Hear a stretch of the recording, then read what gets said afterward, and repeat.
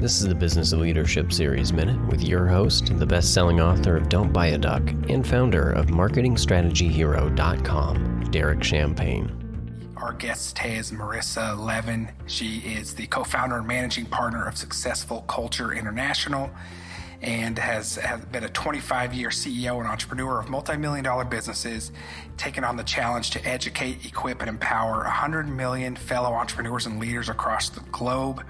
She's been named Smart CEO 3 times, been named Washington's Top 100 Technology Titan, has served on Global Communications Committee of Entrepreneurs Organization, and she's the author of the #1 best-selling book, Built to Scale: How Top Companies Create Breakthrough Growth Through Exceptional Advisory Boards.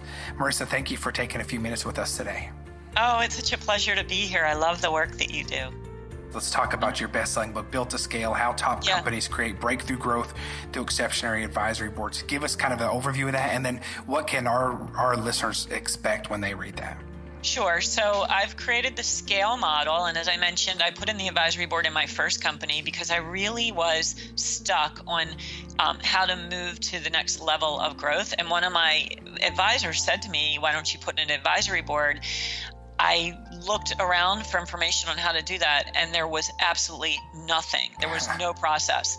And so I came up with the model. I patented it and I trademarked it, and it's called SCALE. It stands for Select, Compensate, Associate, Leverage, Evaluate, Evolve, and Exit, SCALE. And it is literally the full end-to-end process that leaders can use to make sure that they are selecting the right people based on their specific needs in an organization, and then they learn how to leverage them and how to use this amazing tool to help them get to the next level. Because as you know, we met at a conference that had close to 1,000 leaders there. We know that we cannot do this journey alone, and that we are only as strong as the networks around us. And so when we can be very intentional about hand selecting advisors that are invested in us and believe in us and want to see us succeed, when we can create that community, our potential is just unlimited.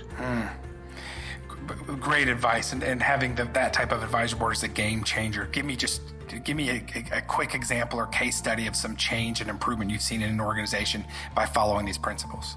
Oh, sure. Well, so bringing leaders to the next level. So we work with a company, they're at about $170 million. Now they are about $170 million in revenue. When we started working with them, they were half that size. And their CFO had never built a business that was north of $100 million. He was figuring it out as we go along, as he went along. And I always say that building your first company is like building a plane, like when you're flying it. So we found him an advisor that was on their advisory board that had already built a company worth several $100 million, and he was just exposed to all sorts of things that he had never learned. When I had my advisory board, I used my advisory board to institute a program management office, because at one point we had 75 different projects going on, and it was like the wild, wild west. So one of my advisors did that, and one of my other advisors walked us into different federal agencies that resulted in millions of dollars worth of sales. So there's so many ways in which an advisory board can change your organization and change you as a leader. It's a matter of putting it out there, asking for help, and knowing that others can get us to where we want to be.